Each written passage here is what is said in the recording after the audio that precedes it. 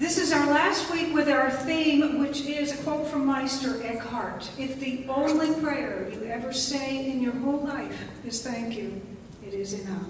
It will be enough. We used to do a choral version of that where they shortened the words so that we could all sing it, you know. So, it will be enough. And over the course of this month, we've had a few different explorations along those lines. And last week we were talking about asking. That it's very important to have an idea about how to do that, because if you don't, you may not recognize that you have very much to give thanks for. And of course you always do. But asking is such an important part of being open to receive. It is a necessary part of that cycle of giving and receiving. And of course, on the heels of Thanksgiving, our topic today is celebrating the harvest. A couple of weeks ago, we talked about this funny line that says, how quickly can I get to thank you, God? And you can say, thank you, Spirit, thank you, Joe, whatever works for you. How quickly can you get to thank you? When things aren't so directly and easily there for you to say, wow, great, thanks. Because those are the situations where we tend to learn a little bit more. So this week, we're talking about something similar in that we have harvests, we have results, we have outcomes, which are the kind that are really easy for us to say thank you for right off the bat. Because we got what we wanted, a piece of cake, great, you know. My turkey wasn't dry, my pie was good, the stuffing was perfect, everybody showed up on time, nothing burned, it was great, whatever. And there are things that are a little bit, let's just say they might take us a little longer to be grateful for, and yet what do? They somehow inform us, they somehow increase our capacity for a greater harvest in the future if we get the gifts of insight, the wisdom, the understanding that these circumstances give us. And the key to that is to learn how to be a metaphysician. The key to that is to learn how to see and practice as a metaphysician does, to become one.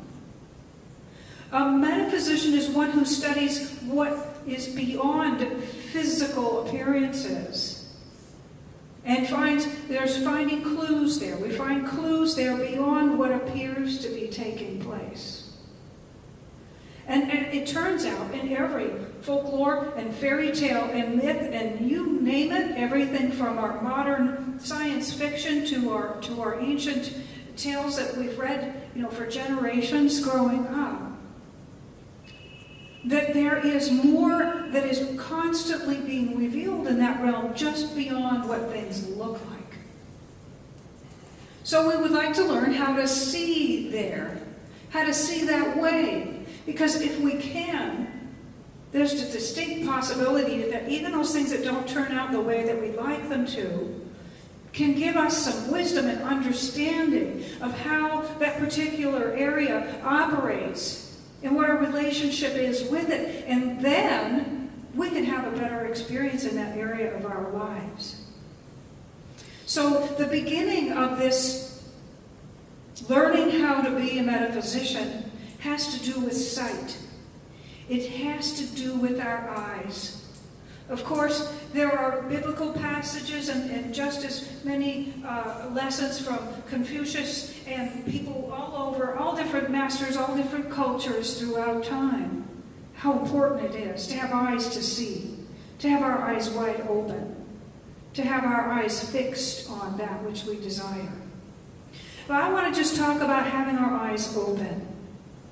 If we can look at a situation or a circumstance with our eyes open, during the time that our eyes are open, we're able to see more of it. And when we close them, we're done. Okay? If you think about that metaphorically, when something comes up in your life, how long do you keep your eyes open? Possibly not very long at all, unless there's something that you just haven't been able to work out and you decide, well, that's it. I'm going to take a few hours off. I'm going to sit down. I'm going to figure this thing out. You might do it with a journal. You might do it with a coach, a counselor. You might do it, I don't know, with a walk on the beach, talk to yourself, a bike ride. Who knows?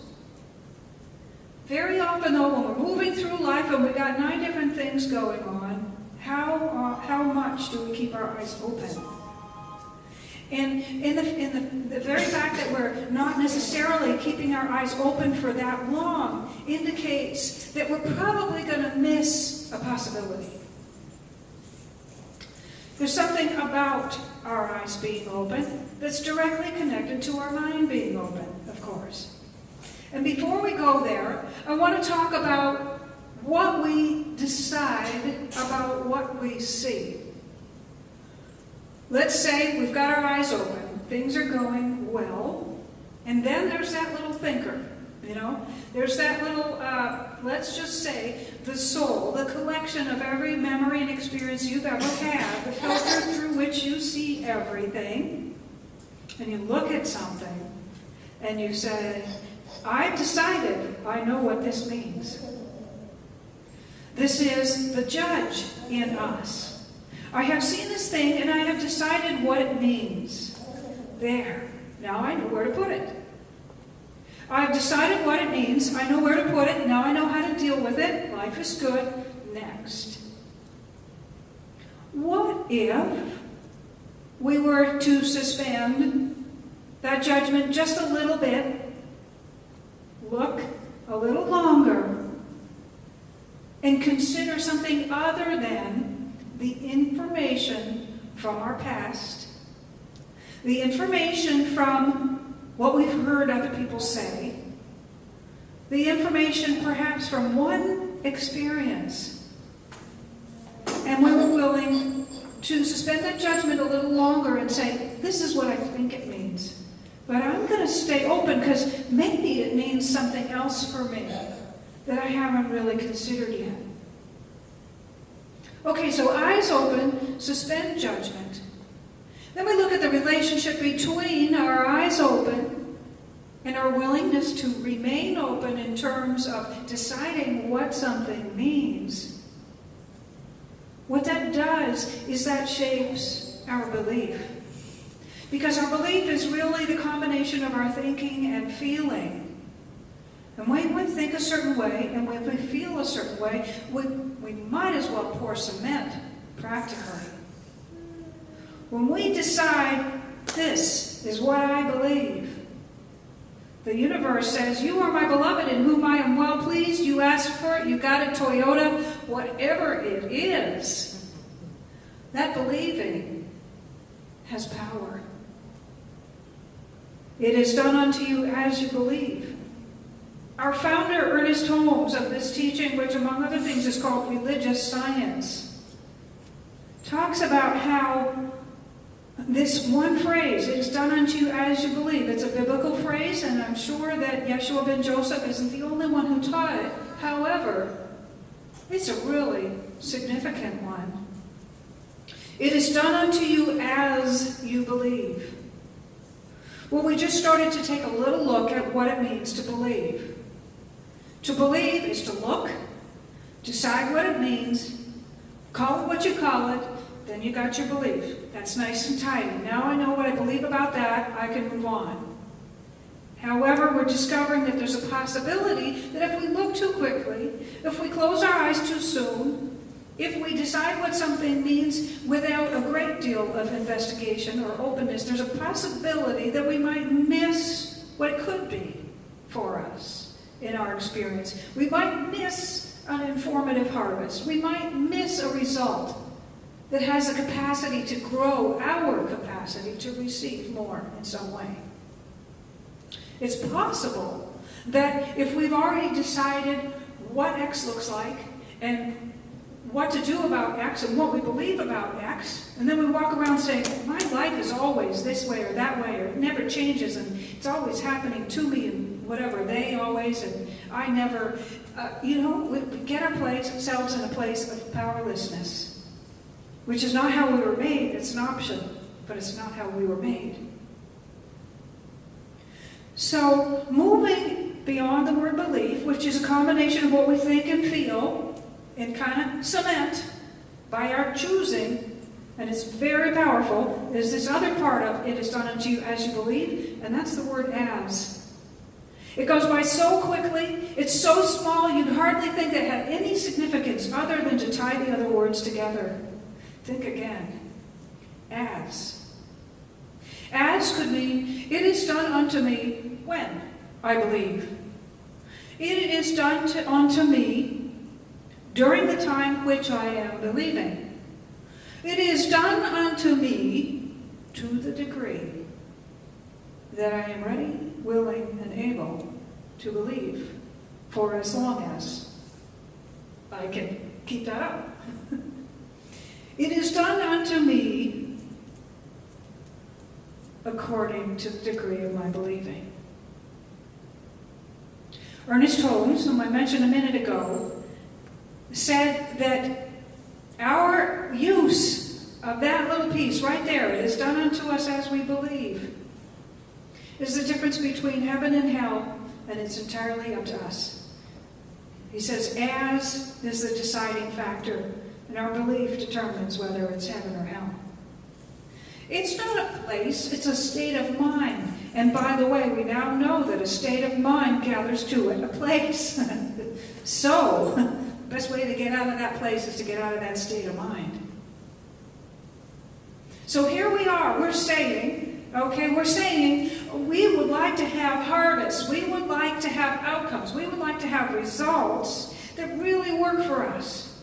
And some of them don't. That's okay, because even those have something to teach us about how it can be. So we want to look with the eyes of a metaphysician, which is to look beyond appearances. Then we want to remain open and withhold judgment. Shall I use my entire life history as a guide for me to determine what things mean? Only if I would like my future to be just like my past. I can do that. I can repeat yesterday. I don't want to repeat yesterday. I was sick yesterday. I don't really want to repeat yesterday.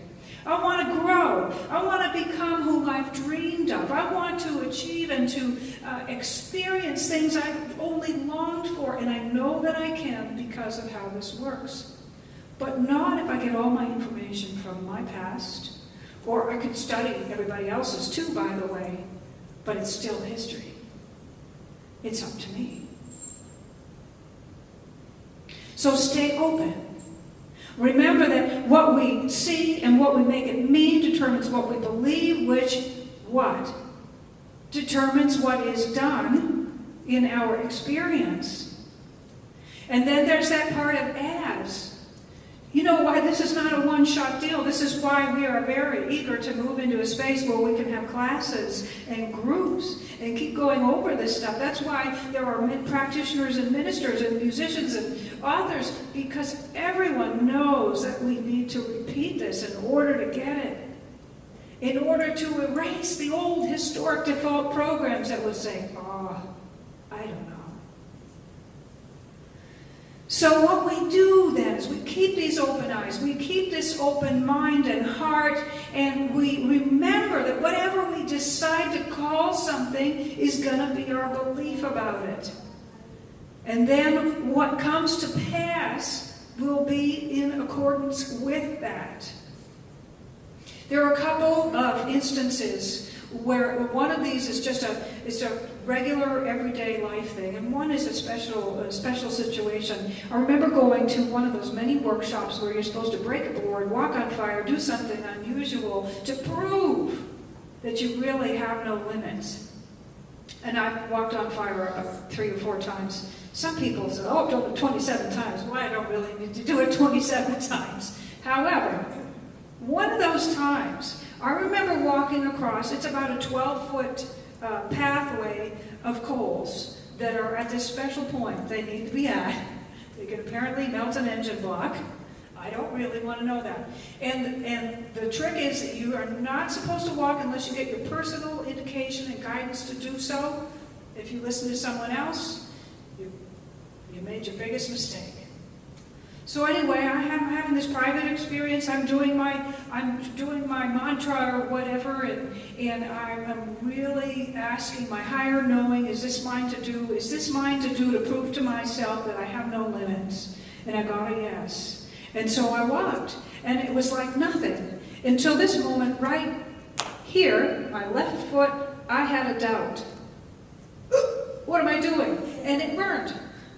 But I went right back into, I know what I'm doing, and the rest was fine. I had this one little spot on my foot that bugged me all night. And every time I thought, gee, that hurts, it hurt. And when I thought of it as something else, it was something else. So it's quite interesting.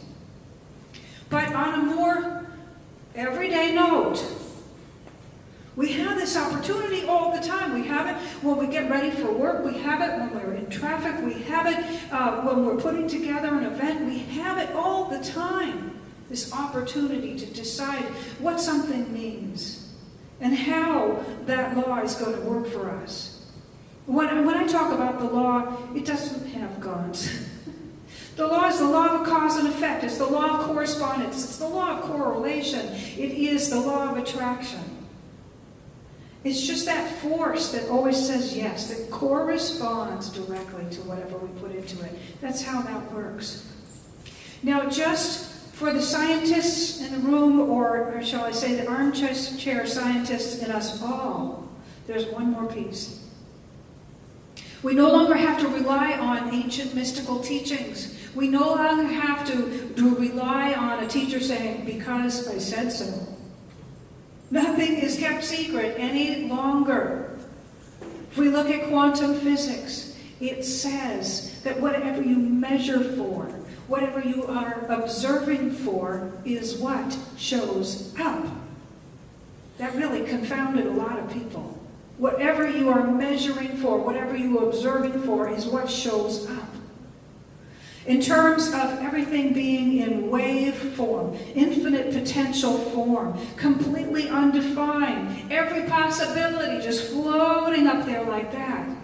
The moment that we say, that's what it is, that's what it means, that's what I believe, we collapse the wave. It becomes particularized as that experience that we have named and claimed, and every other possibility disappears. Now, if you're in a bind, you're late for something, maybe you're trying to take a test and you have a really strong belief that you have test anxiety, and if you cave into that, you'll flunk it.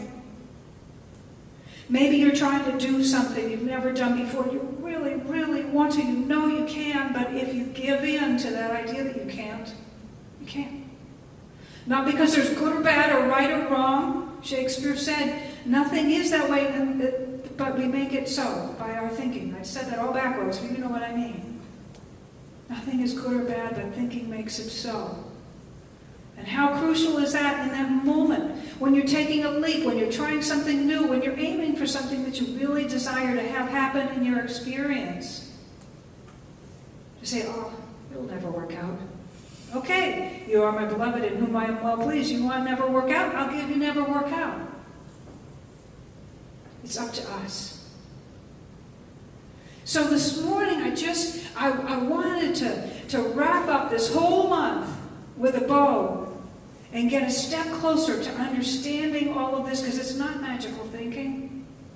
But boy, does our thinking work magic.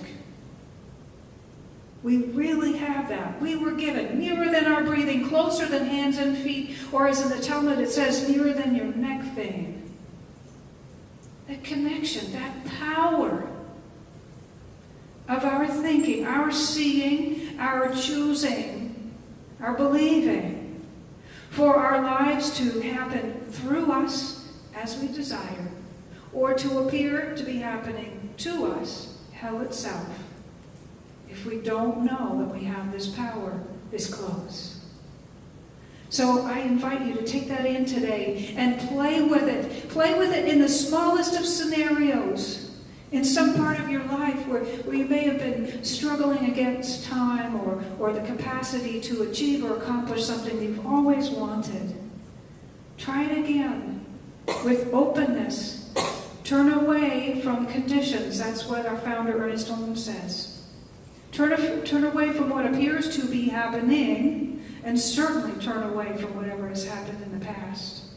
And live this day anew. See this day anew. Believe anew, and see what happens.